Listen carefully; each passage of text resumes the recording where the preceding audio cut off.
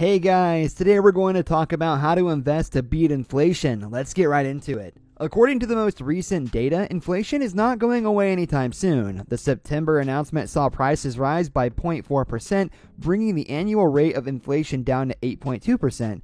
In the context of a target inflation range of 2 to 3%, the current rate remains alarmingly high. With the Fed determined to bring it down through interest rate hikes, it is likely to continue to slowly fall back to earth. The issue is that this could take some time, and investors must still generate returns in the meantime.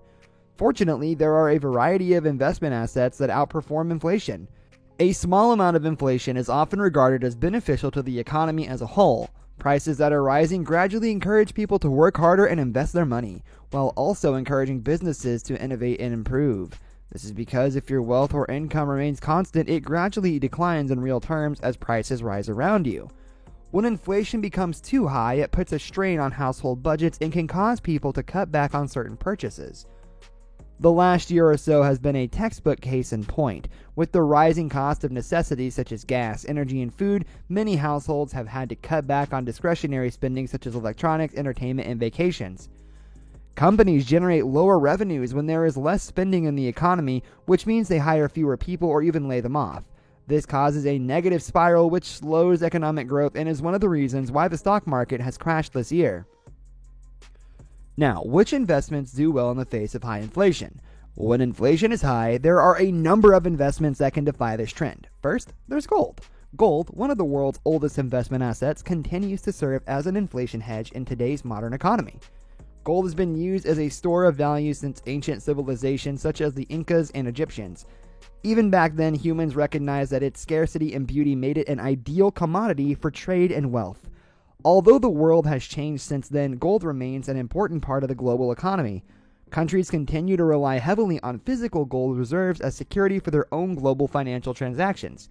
The United States maintains the world's largest gold reserve with over 8,000 tons of physical gold stored in locations such as Fort Knox.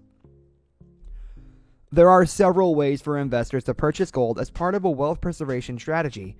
Physical coins and bullion can be purchased. This raises a number of issues, including how to store and insure it. Companies will store it for you, but it will be costly. You can keep it yourself, but you'll need to adequate security, and many home insurance policies exclude gold. It is not a simple procedure. There are also financial products that can be beneficial. There are funds and ETFs that invest in gold, either physically or by investing in financial instruments such as gold futures. TIPS, or Treasury Inflation Protected Securities, are another option. U.S. Treasury securities are essentially government loans. Joe Biden doesn't go down to the local Wells Fargo branch and fill out some loan paperwork when he hears that they're borrowing $100 billion for an infrastructure program or military spending. Treasury securities are issued to raise funds. Mutual funds, pension funds, and individuals can then purchase these, which provide a fixed rate of return over a fixed period of time, at the end of which they receive their money back. So, right now, a 20-year U.S. Treasury yields 3.375%. This means that investors who invest $10,000 will earn a 3.375% annual return and will receive their $10,000 back after 20 years. Investors are no longer locked in for 20 years. They can sell the bond to another investor, but the bond will remain in effect for the entire time period. The issue is that regular treasuries do not account for inflation. With inflation at 8.2% and a 20-year bond paying 3.375%, the real after-inflation rate is actually negative 4.825%. This is not a good deal for investors. TIPS, on the other hand, pay a fixed margin above inflation. The margin fluctuates but never falls below 0.125%. This rate may appear to be much lower than standard bonds, but it can really pay off when inflation is high. As an example, with inflation at 8.2% and a TIPS with a margin of 0.125%, the bond would pay 8.325% in interest. That's better than almost any other investment out there, especially since it's backed by the security of the United States government. It's important to remember that when inflation is low, they can go other ways.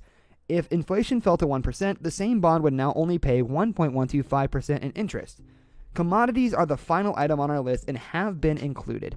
These are resources that are used all over the world and have a demand profile that does not change significantly depending on market conditions. Wheat, wool, and soybeans are some examples of agricultural commodities. Because we rely on these goods to meet our basic needs, demand for them tends to be fairly stable. While we can all cut back on vacations and sneakers, we are less likely to cut back on bread and vegetables. This means that commodity prices fluctuate a lot based on the underlying rate of inflation, and there are a variety of financial products based on commodity prices, such as futures and options. That's all for today. We'll be sure to catch you all in the next one.